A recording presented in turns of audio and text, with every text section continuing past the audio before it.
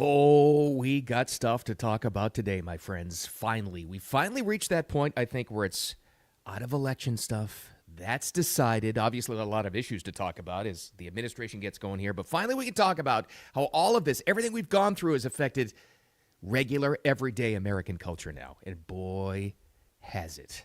Anyway, motoring through November, Monday, November 18th already? Good God, it's almost Thanksgiving. Thank you for being here, everybody. I appreciate you so much. Thanks for finding Wicked Radio, audio podcast, wherever you get those. A little bit later on, post by 9 a.m., usually Eastern time. And then this lives as a replay right here where you're watching later on. But in the meantime, the good news already is Wicked Radio is not buffering like that disaster of a Netflix fight that happened on Friday night. We were talking about it Friday morning. Remember that? Oh, my God. Now, they still got a lot of viewers, obviously, but boy, that was just, whew. You know who the winner was? Technically Jake Paul. The winner was you, me, and everybody else that actually decided to go to bed before this thing actually happened. Not ready for prime time was the word here. They knew 60 million, they're claiming 60 million people watched this thing, right? How do you not get ready for it? Have the servers up and running, getting ready to go. How do you have, of all people, one of the ringside commentators? I didn't even know that was her. Rosie Perez, nothing against her, but you don't bring out the big guns for this one? Some big boxing names? Evander Holyfield was there. It looked like he was like asleep. And then this thing buffered and stopped and lagged. And I will be completely honest with you. I bailed. I did not even see till the next morning. The main card fight with Mike Tyson and Jake Paul. And apparently I didn't miss too much. Obviously, saw the highlights later on when I woke up Saturday morning. You probably did too. You know, it's a funny thing that happens as you get a little bit older and you become a smarter consumer. You just don't put up with it as much. And I've already heard the comments. It's like, oh, we're so spoiled now. Remember we used to watch, a squiggly line Cinemax late at night to try to see, and we put up with that.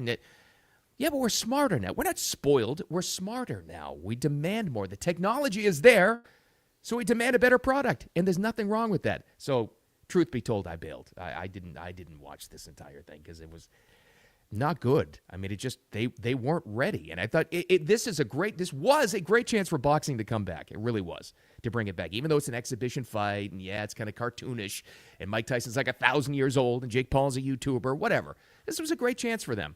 Now you got more people than ever disappointed in that and turning to the UFC.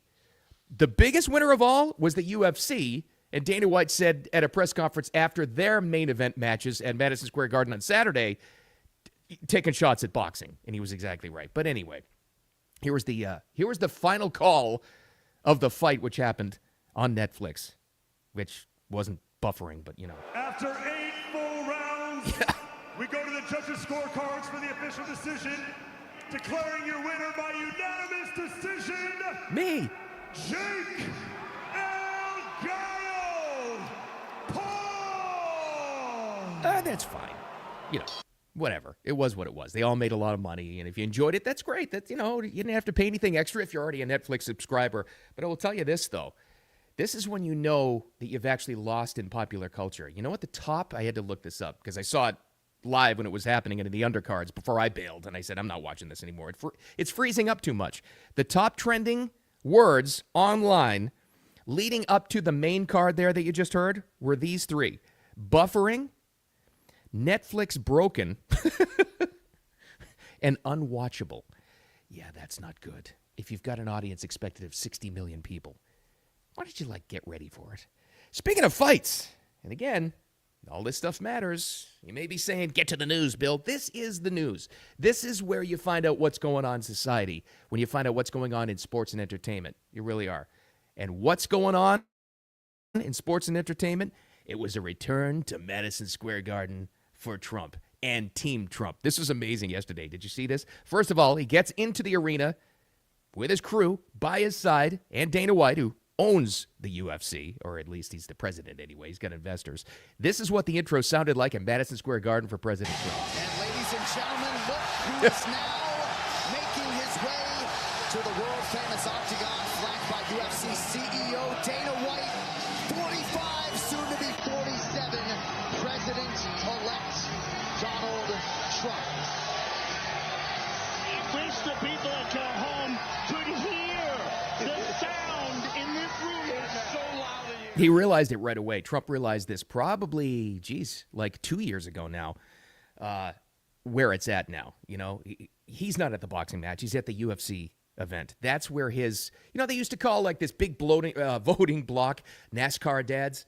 And they're still really important, but it's the UFC bros. Mostly growing female audience, but mostly still a male audience dominated. 25 to like 35 still mainly. That's what really probably most likely put him over the top. And he came back with the crew, the new Avengers, the MAGA Avengers there. Did you see the whole thing? I'm sure you saw some of the still shots of the plane flight and them all sitting there. So Elon was there. Mike Johnson, the Speaker of the House, he kind of looked like the kid who was trying to sit at the cool table. But anyway, he was there. Kid Rock was there. And it was, if you haven't seen this yet, you have to dig it up as soon as you're done watching me or later on at work. There's a picture on Trump Force One where they're all heading to New York. And they're all sitting there. And Trump's not going to change. He brings in the flight meal. They bring in a whole bunch of McDonald's stuff, right? And he's eating it, and they're all eating it there. And even Elon's having that with a, I think it was like a Coke Zero or something. Well, who's sitting at the table with them is RFK Jr. He was with them too, going to the fight. But there's Bobby Kennedy Jr., who has vowed it's his life mission, and he's going to do it, make America healthy again, right? With a whole table on the plane full of McDonald's in front of him. And he's looking straight at the camera. And you know this is Trump trolling him, too. You know what it is, because he loves Bobby Kennedy. But and Kennedy's staring straight at the camera going, oh, my God, I'm never going to live this down. Because he said before that Trump just eats crap. And he's trying to make America healthy. And there he was with all the McDonald's stuff. It was a fantastic troll job. All right. But here's what's really important. Here's why I wanted to get to the UFC thing. And it wasn't just the UFC. It was NFL games and college games all weekend long. And I'm sure you saw it too. There were more than this. I just personally in highlights saw 5 touchdown Trump dances. 5. You know what it was with the Trump dance. And if you're listening to the audio podcast, you can't really see this, but you know exactly what I'm talking about. The dance that became famous for Trump during the rallies when they would play YMCA. It has become, this is why I'm saying culture is so important. It has become ingrained in American culture. Not only at NFL and college games where they're actually doing this, and it's all on TV and they can't cut away from it. Now, you actually had it at that same UFC event we were talking about. In the heavyweight match, John Jones won. What did he do the first thing when he wins? He did the Trump dance as well. He did the Trump dance. He did the Trump dance. Spinning back kick to the body, followed by the Trump dance. Not only that, he jumped up out of the ring and he gave his belt, his heavyweight UFC heavyweight championship belt, to Trump, who was sitting there. That's when you've taken over American culture. And that's what really matters. And it only hit me till, we've all been watching this stuff for years now, right? But it only hit me until this very day, a little bit late last night, but mostly today.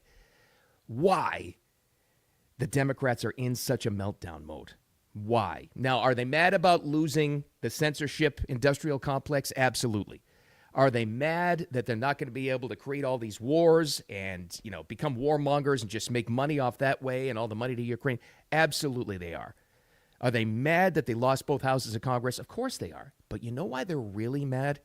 Why they're really melting down? They lost cool.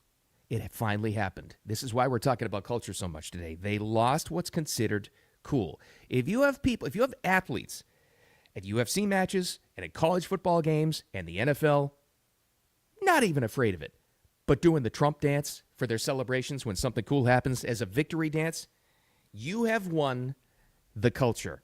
Now, here's the trickle-down effect. You see things like that happen. Now you've got kids not afraid to do it, obviously, to say with their friends, yeah, I like that Trump guy. Kids who can't even vote yet. You got people at work who can do it. You will have people in your workplace. If you work in an office today in a cubicle situation or whatever it is, somebody somewhere is going to do the Trump dance. Oh, you'll see it at lunch today or dinner. I guarantee it. It's going to happen. Culture has changed. We talked about this golden renaissance coming to America. It starts with this. That's truly why you have the Democrats melting down. Compare the difference. You have the Trump dance for victory celebration. What's happening over there on the left in social media? What's happening? What's the number one trending thing? You know what you have? crazy car meltdown screaming videos people are putting on TikTok. That's what they have. So they're shaving their heads and they're screaming, and all these struggle sessions compared to victory dances. The Democrats lost cool. And as the saying goes, they have lost their cool. Unbelievable turnaround. And like I said, it just hit me till today that's when they really, really melt down. They're losing society. Not just congressional seats. They lost culture. It's an amazing thing to see. Absolutely amazing. All right. Let's get a little update here. Let's get into the swamp of Washington, D.C. for a little bit. Just a little bit of a DOGE update because I was kind of worried. I'll be honest with you. We didn't see Vivek at the UFC fight. I haven't seen him speak recently. I was a little worried about the V-Man. Where's Vivek? I need my Ramaswamy. What's going on?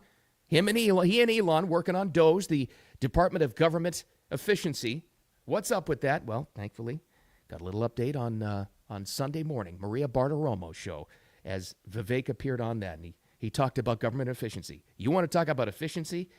They are not kidding when they say they're going to get rid of whole departments. Are you going to be closing down departments? We expect mass reductions. We expect certain agencies to be deleted outright. We expect mass reductions in force in areas of the federal government that are bloated. Good. We expect massive cuts among federal contractors and others who are overbilling the federal government. So yes, we expect all of the above. And I think people will be surprised by, I think, how quickly we're able to move with some of those changes, given the legal backdrop the Supreme Court has given us. Whew, I feel much better. I was afraid they were calming down off slashing these bloated, disgusting, inefficient government bureaucracies. But no, the task is still on. It was good to see as well. And it is. I'm not going to be surprised because once you do this, you can actually realize how efficient you can become and get rid of these bloated bureaucracies that are just useless. There's going to be, I was talking to my brother the other night, there's going to be a lot of very expensive homes in Northern Virginia for sale pretty soon when all of these unelected tyrants that have been doing nothing in government have to sell their homes and get lost. This is time to get efficient and a golden opportunity. Vivek is the same guy who said, by the way, and if we don't get this done, hold us accountable. You absolutely should hold us accountable for that. But I think they will. Got a lot of smart brains and balls to be able to get this thing done. Here's one other quick little update before we get into some other media stuff here, but I think it's an important one. So obviously, talk about Democrat meltdowns over all the nominations for the incoming administration. Oh, that's only continued. Oh, my God. Oh, God. They're going to ruin my democracy. Yeah, okay, whatever. Here's a quiet one that's actually really important for you, me, and everybody else. Really important. So Trump nominated for the guy who's going to head up the FCC, Brendan Carr. He's an FCC commissioner right now. Here's what he's all about, and this is why he's so important. Here's a little example of what he had posted just recently. Brendan Carr, who may be heading up the FCC, Federal Communications Commission. Facebook, Google, Apple, and Microsoft and others have played central roles in the censorship cartel. The Orwellian-named NewsGuard, along with fact-checking groups and ad agencies, helped enforce one-sided narratives. The censorship cartel must be dismantled. If this guy gets approved, and they think he's going to, this is fantastico.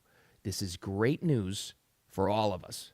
Everybody right now, watching and listening, me, you, everybody, to get real truth and information. That's the other reason, by the way, besides losing culture. The real reason why the Democrats are melting down, they lost their information monopoly. As Elon likes to say, we are the media now. All right, something else happened, speaking of media. This is amazing. And it just happened this morning. This was like, if you're watching or listening to this later on today, it happened a few hours ago. But as we're live here on the live stream for Wicked Radio, this is literally fresh off the presses. And it comes from the press. So MSNBC's morning show, I don't know if you've ever seen it, Morning Joe, Joe Scarborough and Mika Brzezinski. I mean it when I tell you there's nobody in media that is more insanely mentally deranged, like infected with Trump derangement syndrome than these two. I mean, as insane as that network is, and this is the one that gave us Joy Reid and all those other lunatics, there's nothing crazier than this morning show on television. It's amazing. They're true. Like, I always make the example. CNN, like if you look at like Jake Tapper, I think he knows that half the crap they say is exactly that crap, and he knows he's playing a part. MSNBC is where they put the truly insane people. And Morning Joe and Mika, they are truly, truly nuts. So for them to say what they said this morning on the air, like I said, just a couple of hours ago as we're going live here, is an amazing admission of them saying what they've been spouting for years now, close to a decade about Trump. Number one, wasn't true. And number two, they've raised the white flag because this is their last chance. They don't have a lot of viewers. Like it's always last. It's not. So the few crazy mentally deranged leftist liberals that actually watch them, I don't know how they're going to take this, but they reached out to Trump and they went to Mar-a-Lago over the weekend and they surprised to everybody and they announced it this morning live on their show. And this is long and it's a two-parter, but you have to hear this. Listen, number one, for how Trump received them, and number two, what they're saying. Now, this is Mika explaining the whole decision, to try to appease their crazy audience. Here's part one. In this meeting, President Trump was tearful. He was upbeat. He seemed interested in finding common ground with Democrats on some of the most divisive issues. And for those asking why we would go speak to the president-elect during such fraught times, especially between us, I guess I would ask back, why wouldn't we? Yeah, why? Now, for me, the biggest takeaway was right there, and we'll get to this in a second. Trump, as Mika said, in this meeting was receptive. He was upbeat, and he wanted to listen to our concerns, and we wanted to talk. That's very important, and that's really big. So there goes the first narrative, that Trump won't listen to anybody, and he's actual Hitler. These are the two. These are the two that more than anybody in the media, any of these knuckleheads, had called Trump Hitler. It was these two. And yet, he was willing to take the meeting and, let's talk. Have you over the house. We'll have you at Mar-a-Lago over the weekend. Part two, listen to this. 5 years of political warfare has deeply divided Washington and the country. We have been as clear as we know how in expressing our deep concerns about President Trump's actions and words in the coarsening of public debate. But for nearly 80 million Americans, election denialism, public trials, and January 6th were not as important as the issues that moved them to send Donald Trump back to the White House with their vote. Joe and I realize it's time to do something different. And that starts with not only talking about Donald Trump, but also talking with him. Oh, it's time for something different, all right. You just went on close to 10 years of a tirade of calling the guy Hitler, telling your spooked out, mentally deranged viewers that they're going to lose their democracy. You push the January 6th thing over and over and over again. You called him an election denier simply because he wanted to look into the 2020 election results. All of this crap that you just admitted that you did. To me, they are raising a white flag, and something's up. We had the story last week. I think it was probably about a week ago, maybe 10 days ago. The story came out that CNN is firing hundreds of people, like not tens, hundreds of people because of this, because their ratings are gone. And MSNBC is for sale. Is this all part of that whole, not to sell to Trump, but to throw a lifesaver out there into the ocean to try to tell potential buyers that we're more than willing to not be so crazy. That's what I think this is. I really do. And then to go on and to give the details this morning about what their meeting at Mar-a-Lago with Trump was like, I think they're telling potential buyers, we were wrong. I think they raised a white flag. They said, we were wrong. They didn't admit they're crazy. And just to appease their crazy viewers, they said, denialism. January 6th, that wasn't important enough because almost 80 million Americans still voted for this guy that we hate, but we still like to go to Mar-a-Lago. That's what I think's happening here. But again, it's very quietly a really big moment in media because I think a lot of this is going to change. I think a lot of this has changed. You would have thought after Trump's first administration that the media would have realized, you know what, there's a lot of people voted for this guy. There's actually a business model with half or more than half the country where they just want straight news. Maybe. Well, 2 terms later, maybe they're finally waking up to that and realizing. Maybe. I don't know. My main takeaway is I think they're for sale, and I think that was a test balloon for potential buyers to say, we can not be so crazy if we try. And the second thing is this. And here's our first takeaway today. When you try to figure out, here's a little trick I always use when I try to figure out what's going on in media or culture or society or the news or the headlines, right? Just personalize it. Don't take things personally, but personalize it.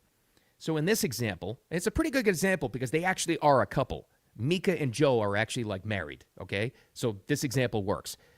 Let's consider them, pretend for a second that they are they're the couple down the street. They're next door or 2 houses away that has tried for 8 years to turn you into the HOA.